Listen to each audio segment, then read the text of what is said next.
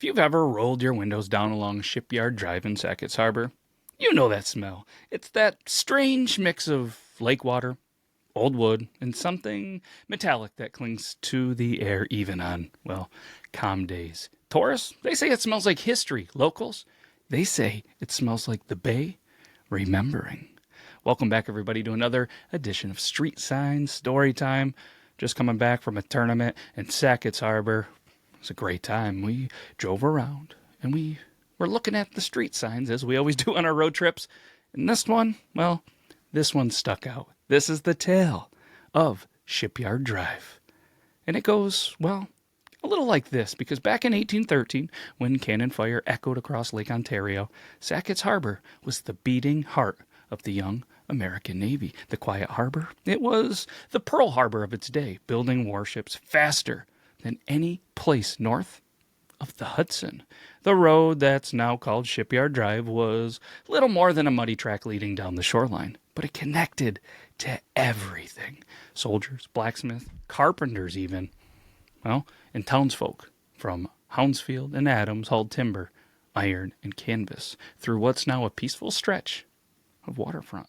Right about where Goodfellows restaurant potentially stands today, there was a massive oak warehouse that actually stored some cannonballs, pitch, and even rope. And just beyond that, near where the boathouse and Sacketts Harbor Brewing Company now pours pints, was the military shipyard, a humming hive of men working day and night to construct America's naval pride, the General Pike.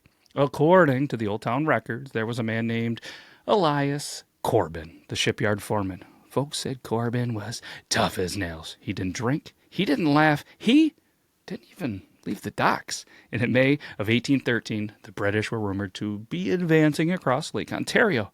Corbin ordered a night shift to rush the launch before dawn.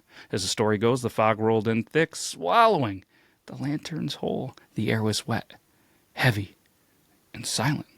By morning, 6 men, they were gone. Their tools, they were still warm. Their coats, they were still hanging on hooks. The General Pike launched that morning, perfectly balanced, flawless in design. Too flawless, some said.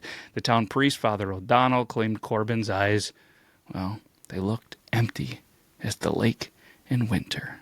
He died 2 weeks later, found face down near the waterline. His hands were black with pitch, and he'd carved something into the wood beside him.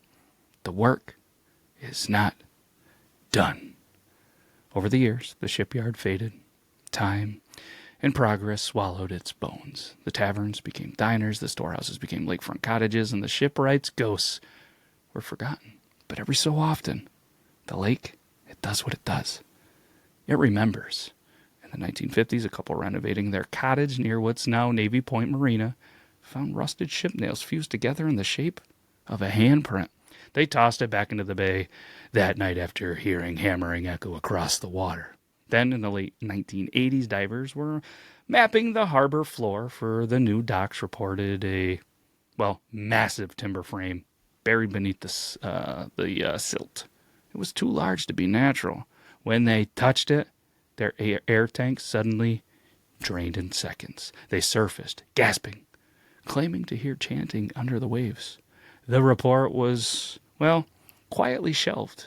Today, the old locals, they joke that Shipyard Drive is cursed, mostly as a way to keep kids from sneaking around after dark. But ask the older crowd at the boathouse, and you'll get that look.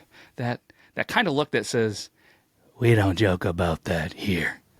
And every spring, when that fog rolls in over the harbor, some say you can still see the faint glow of Corbin's lantern just bobbing out past the docks. A few years ago, there was a couple from Watertown stayed at the Harbor House Inn facing the water, and around 3 a.m., they woke up to hammering sounds. It was steady. It was rhythmic. They looked out and, well, they saw lights moving along the shoreline, exactly where Shipyard Drive meets the old naval field. When they checked in the morning, there were some fresh boot prints in the sand that was leading from the water toward the road. But no one had stayed in that room before them, and no one was working construction that night. And here's the weirdest part, in my opinion. When Sacketts Harbor Brewing Company released their 1812 Amber Ale, they had it blessed in honor of shipbuilders. But every year, During brewing season, the sensors on the kettles flicker at exactly 2:13 a.m., the same time, allegedly, the General Pike was launched. The head brewer swears the pressure gauges move on their own, even when the system is off. Locals just raise their glasses and say, "That's Corbin's boys checking the hull again." These days, tourists, they walk Shipyard Drive, grab some coffee at Tin Pan Galley, and admire the view. But the locals still cross themselves when the fog creeps in a little bit too fast, because when you hear the distant hammering, when you see the light bobbing just beyond the dock, it said that Corbin and his 6 men are still there, building one last ship for a war that never ended.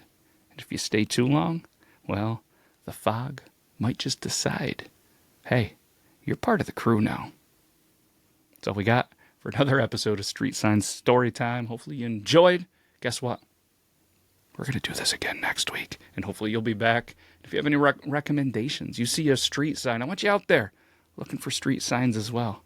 Send it over, put it in the comments, and we will do our research on it. And we'll give you our opinion, why we think they call these street names what they do. But that's all we got. We'll be back next week. Take care, everybody.